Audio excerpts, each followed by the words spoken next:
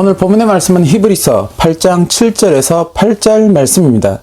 저 첫 언약이 무음하였더라면 둘째 것을 요구할 일이 없었으려니와 그들의 잘못을 지적하여 말씀하시되 주께서 이르시되 볼지어다 날이 이르리니 내가 이스라엘 집과 유다 집과 더불어 새 언약을 맺으리라.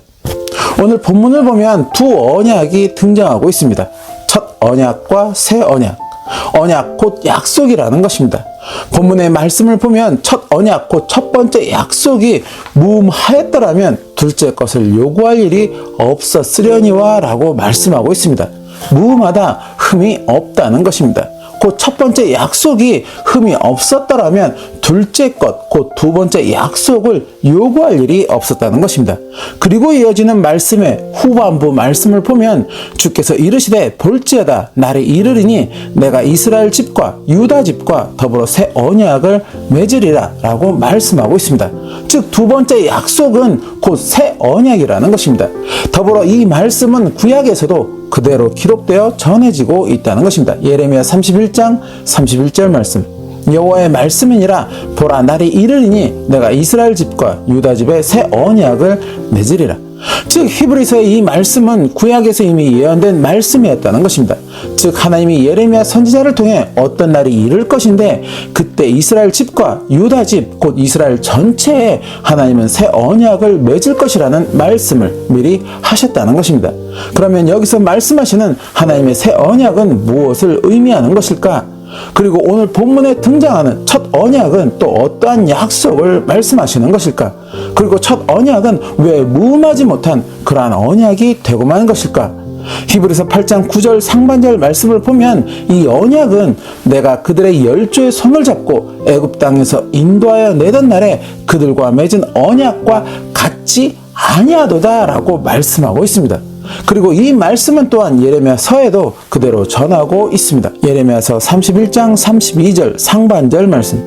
이 언약은 내가 그들의 조상들의 손을 잡고 애굽 땅에서 인도하여 내던 날에 맺은 것과 같지 아니할 것은 이 언약은 그들의 열조 곧 출애굽한 이스라엘 열조와 맺은 언약과 같지 않다는 것입니다. 즉 여기서 말씀하고 있는 이 언약은 곧 새 언약이며 이전 애굽 땅에서 나온 이스라엘 열조와 맺은 언약이 곧 첫 언약이라는 것입니다. 출애굽기 24장 12절 말씀. 여호와께서 모세에게 이르시되 너는 산에 올라 내게로 와서 거기 있으라. 내가 그들을 가르치도록 내가 율법과 계명을 친히 기록한 돌판을 내게 주리라. 하나님은 애굽에서 고통받는 이스라엘의 부르짖음을 들으시고 모세를 세우사 그들을 애굽에서 나오게 하셨습니다.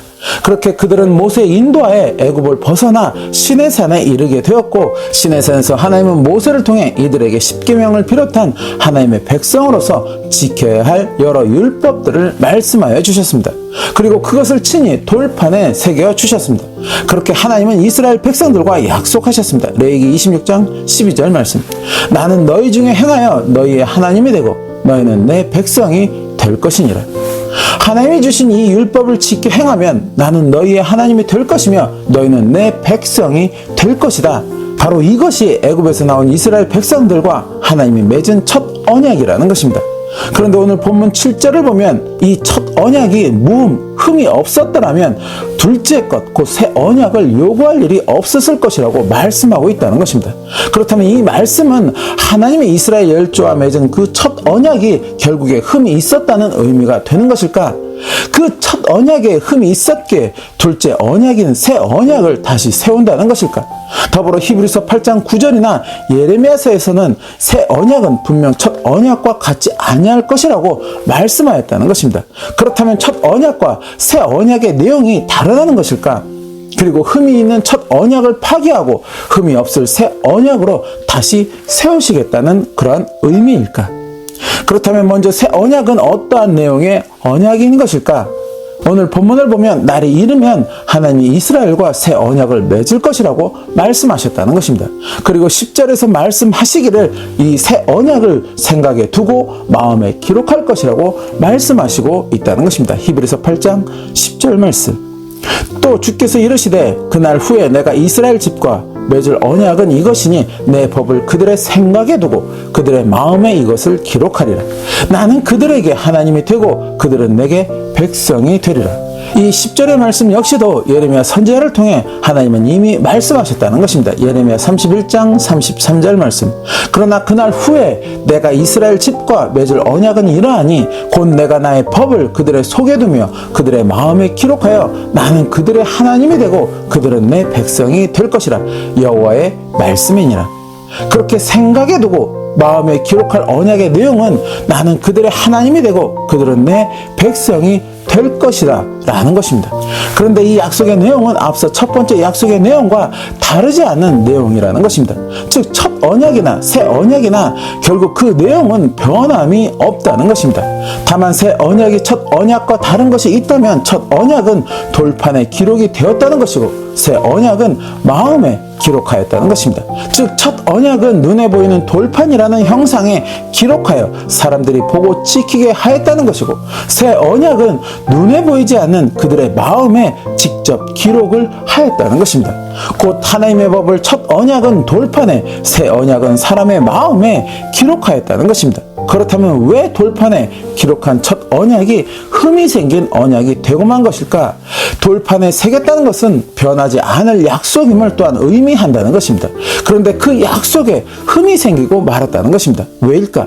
아까 봉독한 예레미야 31장 32절 그 하반절의 말씀을 보면 그들이 내 언약을 깨뜨렸기 때문이라고 말씀하고 있다는 것입니다. 예레미야 31장 32절 하반절 말씀. 내가 그들의 남편이 되었어도 그들이 내 언약을 깨뜨렸음이라. 여호와의 말씀이니라. 변하지 않을 것이라고 새긴 돌판의 약속을 이스라엘 백성들이 깨뜨려 버렸다는 것입니다. 그것이 돌판에 새겨진 첫 언약에 결국 흠이 되고 말았다는 것입니다. 즉 하나님과 이스라엘 백성들 사이에 맺은 그 첫 언약, 그 언약 자체에 흠이 있었던 것이 아니라 하나님의 자녀로서 백성으로서 약속을 지켜야 했던 이스라엘 백성들이 그 약속을 어기고 말았다는 것입니다. 그러게 히브리서 8장 9절 후반부 말씀을 보면 그들이 내 언약 안에 머물러 있지 않았다고, 그래서 하나님도 그들을 돌보지 않으셨다고 말씀하셨다는 것입니다.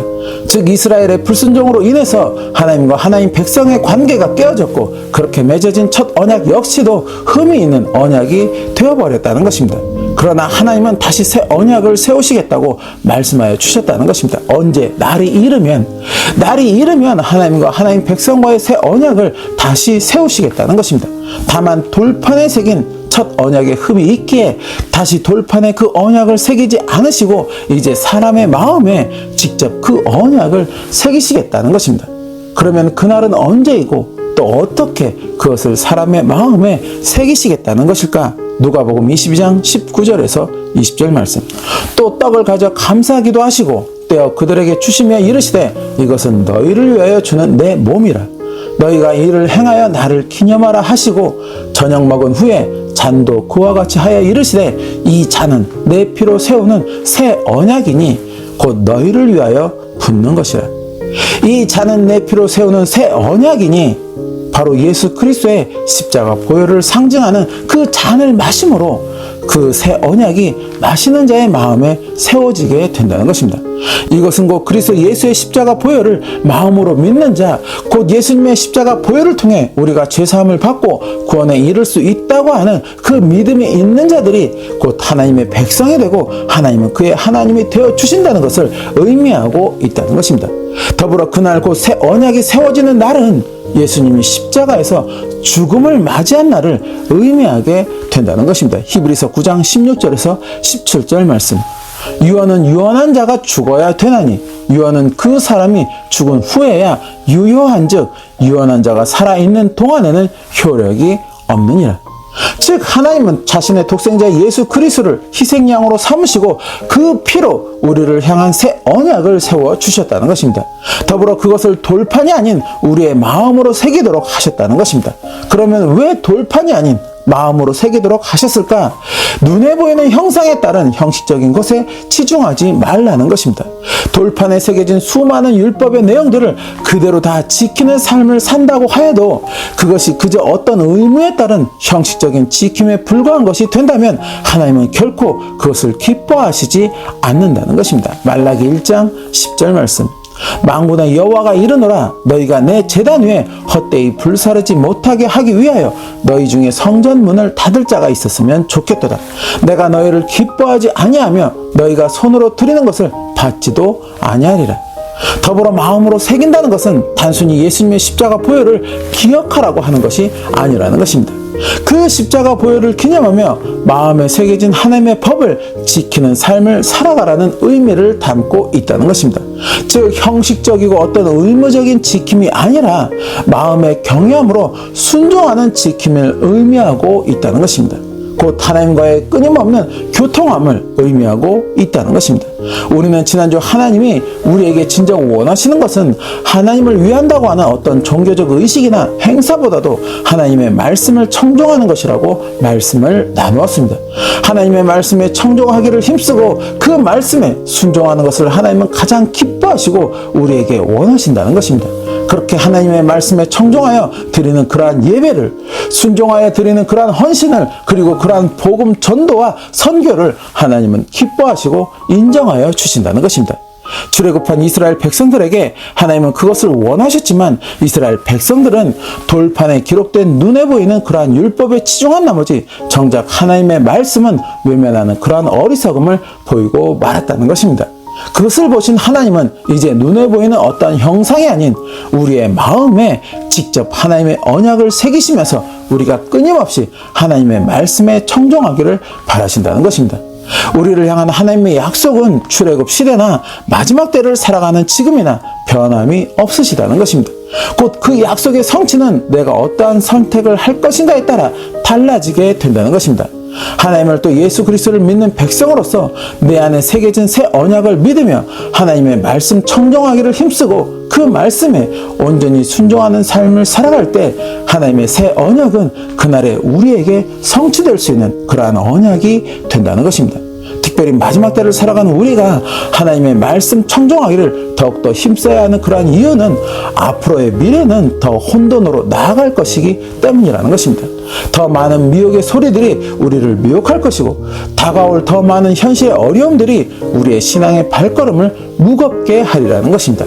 이러한 때 믿는 이들이 하나님의 말씀 청종하기를 게을리하게 된다면 성전 재건을 위해 예루살렘으로 귀환한 이스라엘 백성들이 성전 재건은 뒤로 한 채 자신의 삶에만 급급했던 모습을 보였던 것처럼 우리 역시도 자신만을 위하는 잘못된 우선순위의 삶으로 나아갈 수 있게 된다는 것입니다. 점점 더 어두워져 가고 암울해져 가는 이 시기에 우리는 더욱더 하나님의 말씀에 청종하기를 힘써야 한다는 것입니다. 내 마음에 세우신 하나님의 새 언약을 굳게 믿으며 하나님의 백성으로서 또 자녀로서 하나님의 말씀에 온전히 귀를 기울이기를 힘써야 한다는 것입니다.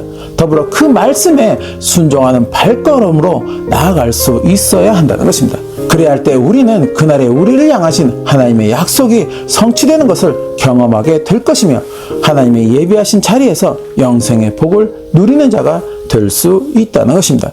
그 축복이 저와 여러분에게 임하게 되시기를 예수님의 이름으로 축원합니다.